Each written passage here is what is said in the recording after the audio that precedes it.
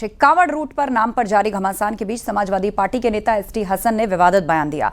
उन्होंने कहा कि उन्हें यह अधिकार किसने दिया कि ये ढाबों की जाकर जांच करें। क्या इनमें और उन आतंकवादियों में कोई फर्क है जिन्होंने धर्म पूछकर पहलगाम में गोलियां चलाई थी? ये भी एक तरह के आतंकवादी हैं और वो भी आतंकवादी थे। ये देश के दुश्मनों से मिले हुए लोग हैं जो देश के अंदर शांति नहीं चाहते, जो हिंदू मुसलमान करके यहाँ की आबादी को बांटना चाहते हैं और आबादी बढ़ने के बाद देश कमजोर हो। इनका एक एजेंडा है, लोग इस बात को समझ नहीं रहे, लेकिन धर्म की आड़ में धार्मिक ब्लैकमेल करके ये सब हरकतें कर रहे हैं। किसने ये राइट दिया इनको कि ढाबों की चेकिंग करें? ये किसने इनको ये राइट दिया कि लोगों की पैंटें उतरवाएं? क्या इनमें और उन आतंकवादियों में कोई फर्क है जिन्होंने धर्म पूछ के पहलगाम के अंदर गोलियां मारी थी? ये भी एक तरह के आतंकवादी हैं और वो भी आतंकवादी।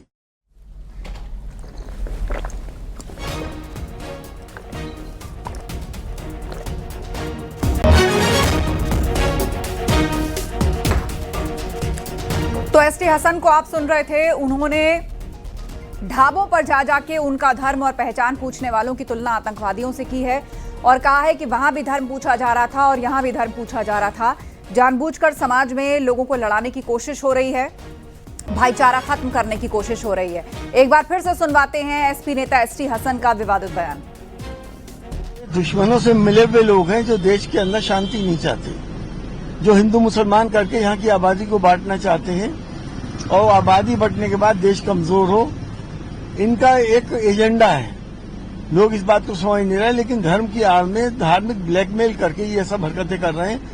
किसने ये राइट दिया इनको कि ढाबों की चेकिंग करें? ये किसने इनको ये राइट दिया कि लोगों की पैंटें उतरवाएं? क्या इनमें और उन आतंकवादियों में कोई फर्क है जिन्होंने धर्म पूछ के पहलगाम के अंदर गोलियां मारी थी? ये भी एक तरह के आतंकवादी हैं और वो भी आतंकवादी थे। ये देश के दुश्मनों से मिले हुए लोग हैं जो देश के अंदर शांति नहीं चाहते, जो हिंदू मुसलमान करके यहाँ की आबादी को बांटना चाहते हैं और आबादी बढ़ने के बाद देश कमजोर हो। इनका एक एजेंडा है, लोग इस बात को समझ नहीं रहे, लेकिन धर्म की आड़ में धार्मिक ब्लैकमेल करके ये सब हरकतें कर रहे हैं। किसने ये राइट दिया इनको कि ढाबों की चेकिंग करें? ये किसने इनको ये राइट दिया कि लोगों की। और सीधे इस वक्त बातचीत के लिए हमारे साथ सपा नेता एसटी हसन साहब जुड़ रहे हैं। एसटी हसन जी, स्वागत है आपका न्यूज़ 18 पर। और सबसे पहले आपसे सवाल यही कि एक राज्य की सरकार ने फैसला लिया है, ये एक प्रशासनिक आदेश है, एक राज्य सरकार का फैसला है कि सबको अपनी पहचान, अपना नाम अपने ढाबे के ऊपर लिखना है। तो अब इसमें फिर सियासत की वजह क्यों ढूंढी जा रही है? ये एक फैसला है, सरकार का फैसला है, नियम कानून सबको मानने होते हैं, लेकिन हाँ, जो तरीका कुछ संगठनों ने अपनाया उस पर जरूर चर्चा की जा सकती है। मैंने उसी तरीके के ऊपर अपना बयान दिया है। मुझे इस पे एतराज नहीं है कि आप नाम लिखें। इस्लाम कभी ये नहीं कहता कि किसी को धोखा देकर अपना कारोबार किया जाए। मैं हूं तो मुसलमान, नाम हिंदू बता दूं, ये बात गलत है, ये गुनाह है हमारे इस्लाम के अंदर। अगर सरकार ने यह आदेश दिया है तो लिखवा दे नाम, हमें कोई एतराज नहीं है। हालांकि हजारों साल से ये काम नहीं हुआ था, लेकिन सिविलियन को ये राइट किसने दे दिया कि ढाबे की चेकिंग करे और चेकिंग करने के बाद वहां के कर्मचारियों की पैंटें उतरवा के देखिए? ये सिविलियन को अधिकार कहां से मिल गया? इस पे सरकार ने फौरन एक्शन क्यों नहीं लिया? क्यों नहीं वो लोग अभी तक जेल गए? उनको नोटिस जारी किया गया है और 3 दिन का समय दिया गया है, शो कॉज नोटिस जारी किया गया है उनको। देखिए ये सब काम जो हो रहे हैं, हम हिंदू मुसलमान प्यार मोहब्बत से इस देश में हजारों साल से रह रहे हैं। एक दूसरे के काम आते हैं, एक दूसरे के गम में शरीक होते हैं, खुशी में शरीक होते हैं, खान पान भी साथ करते हैं। लेकिन ये राजनीति इस तरह की क्यों की जा रही है कि बीच में एक दरार पैदा की जाए नफरतों की सौदागरी करके? क्या ये देश हित में है या देश से इसको नुकसान होगा? मैं और आप अच्छी तरह जानते हैं। हमें नफरतों को अब बंद करना पड़ेगा। हम प्यार मोहब्बत वाले देश में रहते हैं, अनेकता में एकता हमारी विशेषता है। अगर ये खत्म हो गई तो हिंदुस्तान कभी भी सुपर पावर नहीं बन सकता है। आप ही की पार्टी की एक नेता हरेन मलिक जी, उन्होंने कांवड़ियों की तुलना उपद्रवियों से की, गुंडों से की, तो क्या एक दो हरकत के बाद क्या पूरी तरीके से किसी की धार्मिक आस्था पर सवाल उठाया जा सकता है? क्या हर किसी को उपद्रवी और विद्रोही और गुंडा कह देना सही है? मतलब ये सब कुछ राजनीति चमकाने के लिए बयान। जब कांवर आया, सावन आया, तो एक तरह की सियासत चल पड़ती है। देखिए, उन्होंने किसी पर्टिकुलर वाक़े के लिए कहा है। अक्सर ये होता है कि जब एक पर कोई खास ग्रुप आता है उसके हाथों में डंडे होते हैं। अगर गाड़ी से खुदा न खास्ता टच भी हो गया तो न गाड़ी की खैर है और न गाड़ी वाले की खैर है। वो इस तरह के काम करते हैं, लेकिन उसमें बहुत से शरीफ लोग भी होते हैं। वो रास्ता देते हैं, खुद खड़े आप लोग करिए, ऐसा नहीं है। सब चीजें हैं, अच्छे भी हैं बुरे भी हैं। कुछ नेटवर्क की दिक्कत हो रही है, एसटी हसन साहब की आवाज़ हम तक साफ नहीं पहुंच पा रही है, लेकिन चलिए फिर भी सवाल जवाब का सिलसिला जारी रखते हुए एक प्रश्न और उनसे पूछ लेते हैं कि उत्तराखंड में तो ये आदेश दिया गया है, यूपी में भी बीते सावन की बात है, पिछले साल की बात है कि कुछ जिलों में इस तरह के आदेश आए थे, आपको पहचान उजागर करनी होगी। इस पर तो एकदम राजनीतिक घमासान तेज हो गया था।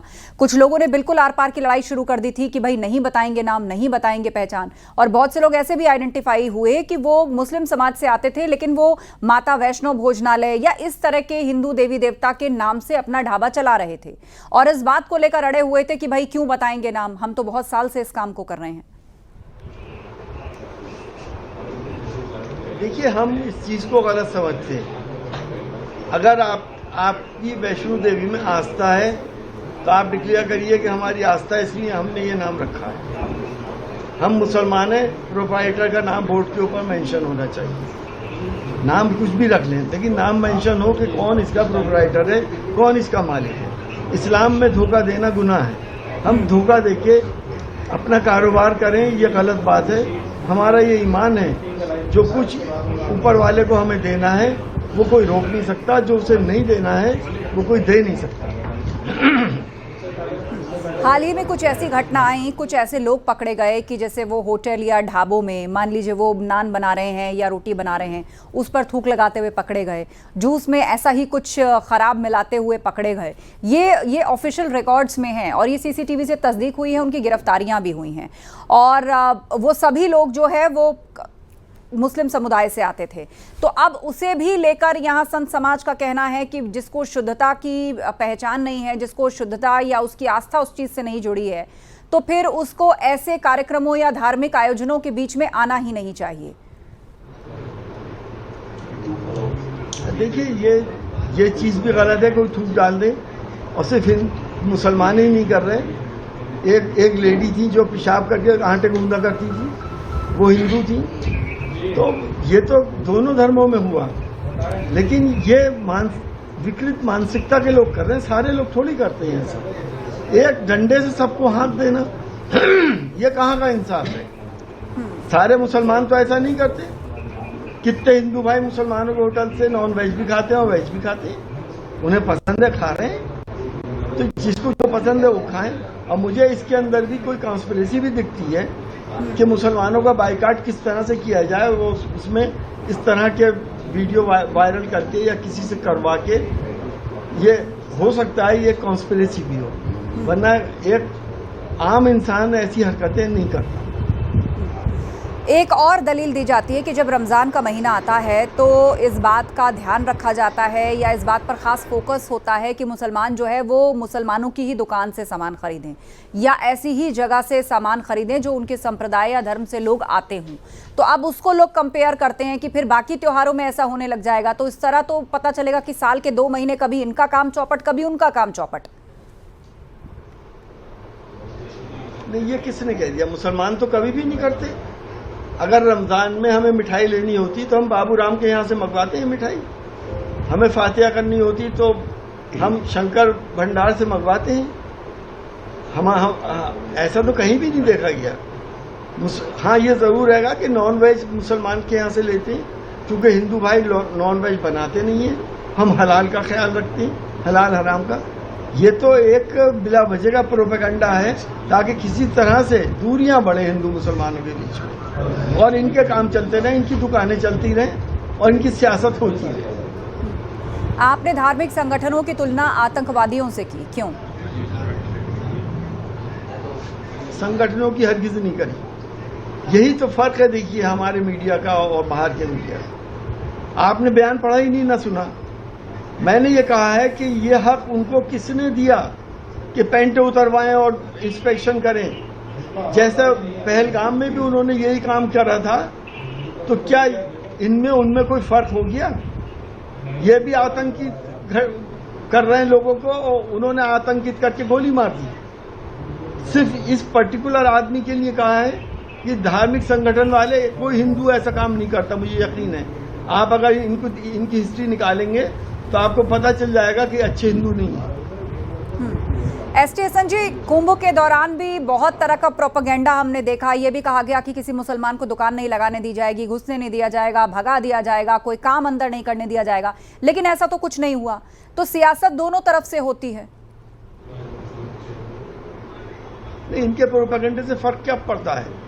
हिंदू भाई तो मुसलमानों से अभी भी लेते हैं सामान, उनके ताल्लुकात हैं, उनका उधार भी चलता है, नकद भी चलता है। मुसलमान हिंदू भाइयों से ले रहे हैं। अरे ये हमारा ताना बाना अल्लाह के वास्ते खत्म मत होने दो। जिस दिन ये खत्म हो गया तो देश बर्बाद हो जाएगा। बहुत बड़ी आबादी है मुसलमानों की, हिंदुस्तान की दूसरी बड़ी आबादी है। ये अनरेस्ट क्यों पैदा किया जा रहा है? कुछ नियम भी कांवड़ के दौरान लाए जाते हैं कि कुछ पर्टिकुलर इलाकों में या कुछ किलोमीटर के दायरे में जो नॉनवेज है वो बिक नहीं सकता, या वो दुकानें बंद रखनी होंगी। इसे लेकर भी पॉलिटिक्स होती है, लोग फूड चॉइस का हवाला देते हैं। लेकिन दूसरे तरफ की दलील ये है कि कांवड़ का माहौल अलग होता है। जो कांवड़िया होता है वो कुछ नियमों का पालन करता है, तो उसके रास्ते में क्या बिक रहा है, शुद्धता, अशुद्धता, व्रत, संकल्प, इस सब में ये मायने रखता है। तो अब ये दोनों तरफ की जो बातें हैं उस पर भी सियासत अपना स्कोप ढूंढती है। फूड चॉइस से इसको जोड़ा जाता है, एक अलग तरह की बहस शुरू कर दी जाती है। देखिए, अगर होटल्स के बाहर पर्दे लग जाएं और अंदर जो खाना चाहे वो खा ले, तो क्या हर्ज है? ये जरूरी थोड़ी है कि साहब वो कांवड़ वाला अंदर घुस के ही देखेगा कि ये नॉनवेज खा रहे हैं। चलिए, फिर भी आपने ये कर दिया, लेकिन जहां कोई एक भी कांवड़ नहीं गुजरता वहां पे नॉनवेज होटल क्यों बनाए जाते हैं? उसकी दुकान क्यों की जाती है? यहाँ से कांवड़, ये टॉर्चर नहीं है क्या? ठीक है, बातचीत के लिए बहुत शुक्रिया एसटी हसन साहब आपका। तो समाजवादी पार्टी के नेता एसटी हसन जी हमारे साथ जुड़े हुए थे। कुछ तकनीकी दिक्कत बार बार आ रही है, उनका सिग्नल जा रहा है, लेकिन मिला जुलाकर वो अब भी अपनी बात पर कायम है। और उनका कहना है कि जिन आतंकियों ने धर्म पूछकर गोलियां चलाई और जो संगठन धर्म पूछकर लोगों को आतंकित कर रहे हैं, वो समाज में वैमनस्यता बढ़ा रहे हैं, समाज के भाईचारे और ताने बाने को खराब करने की कोशिश कर रहे हैं, और ये सब कुछ सियासत के लिए हो रहा है।